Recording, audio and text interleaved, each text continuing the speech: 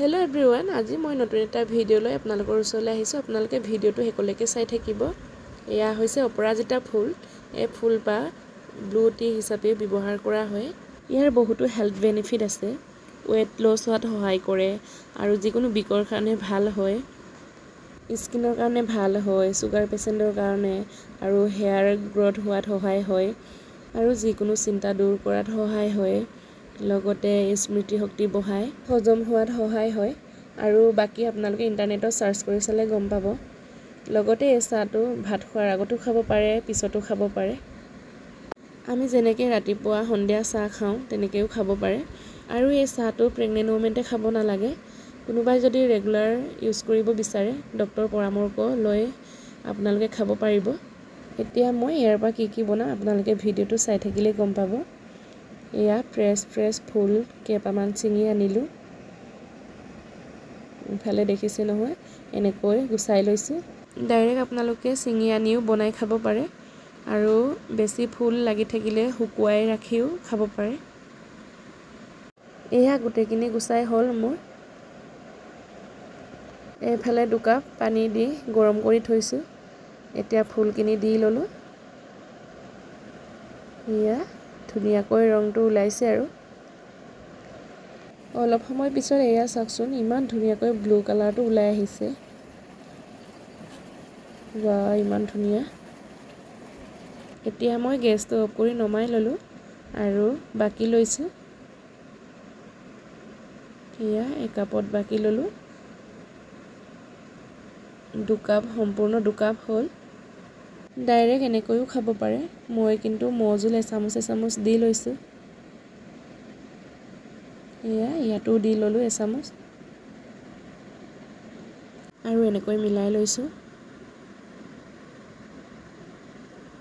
1 cup চাহ অকল মৌজোল দিছোঁ। 1 কাপত মই গোলনেমুৰ ৰস অলপ চেপি দিছোঁ। আপোনালোকে চাব দেই, এয়া দেখিছে নহয় ৰংটো সলনি হৈ গ'ল। 2 কাপ চাহ ৰেডি কৰি ল'লোঁ। এয়া চাওক কালাৰটো, 1 কাপ নীলা, 1 কাপ হৈছে বেঙুনীয়া ৰঙৰ। এতিয়া মই নেমু দিয়া চাহটো খাই আছোঁ। নেমু দিয়াটো বেছি ভাল লাগে খাই। এতিয়া নেমু নিদিয়াটো খাইছোঁ। এইটো খাই বেয়া লগা নাই। লগতে মই এই ফুলৰ ৰসেদি বৰা চাউলৰ জলপান বনাম। এয়া পানী গৰম কৰি থৈছোঁ। এতিয়া মই শুকান ফুল কেইটামান দিছোঁ। কেনেকৈ বনাম আপোনালোকে ভিডিঅ'টো চাই থাকক। ইয়াৰ ৰসখিনি উলিয়াই লৈছোঁ। এয়া কালাৰটো ওলাইছে আৰু এয়া মই গেছটো অফ কৰি ৰসখিনি চাকি উলিয়ালোঁ। ভিডিঅ'টো বেছি লং হ'ব বুলি দেখুৱাই নাথাকিলোঁ আৰু এফালে বৰা চাউল 30-40 মিনিটৰ আগতে তিয়াই থৈছিলোঁ আৰু বাদাম কেইটামান লৈছোঁ। এনেদৰে অলপ মিলাই লৈছোঁ। এই জলপানটো বনাবলৈ যিকোনো ষ্টিলৰ বাটি এটা ল'লে হ'ল। মোৰ ওচৰত বেছি ডাঙৰ বাটি নাছিলে, এইটো মই আণ্টিৰ পৰা লৈছোঁ আৰু ঘি অলপ দি কিনি এইটো সানি ল'লোঁ। গোটেইখিনিত সানি দিলোঁ আৰু এনেকৈ চাউলখিনি দি ল'লোঁ। লগতে মই উলিয়াই থোৱা ৰসখিনি ইয়াত দিম। এয়া দি লৈছোঁ। গোটেইখিনি দি ল'লোঁ। লগতে মই কেৰাহীত পানী অলপ দি ষ্টেণ্ডডাল দি ঢাকি থৈ দিছিলোঁ। এতিয়া বাটিটো ইয়াত দিলোঁ আৰু সৰু প্লেট এখন দি লৈছোঁ ওপৰত। তাৰ ওপৰত ডাঙৰ কাঁহী এখন ঢাকি দিছোঁ। গেছটো একদম ল' ফ্লেমত ৰাখি বনাইছোঁ। সেয়ে টাইম লাগিছে মোৰ 30 মিনিটমান লাগিছে নেকি। একজেক্ট টাইমটো গম নাপালোঁ। মাজে মাজে মই চেক কৰি আছিলোঁ। এইখিনি অলপ ঠাণ্ডা হোৱালৈকে গাখীৰখিনি গৰম কৰি লওঁ।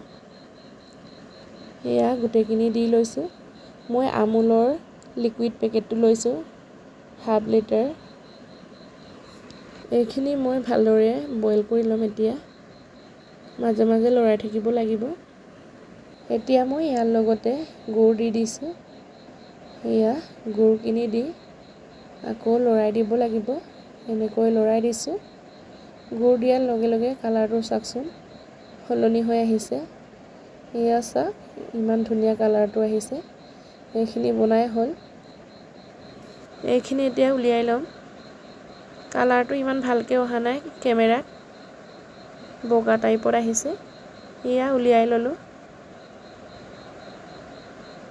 এতিয়া সবৰ কাৰণে ভাগ কৰি লম এয়া প্লেট লৈছো বাটি লৈছো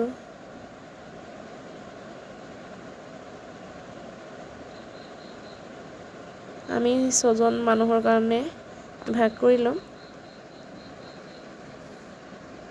আঙ্কেল আন্টি আৰু বাইদেউ আছে লগত মানুহজন আহিলে আৰু জ্ঞানী মোৰ কাৰণে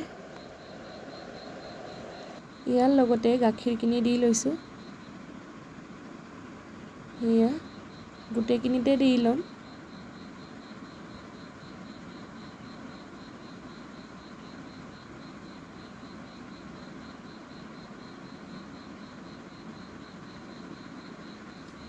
এয়া আমাৰ জলপান ৰেডি হ'ল চাওকচোন কিমান ধুনীয়া হৈছে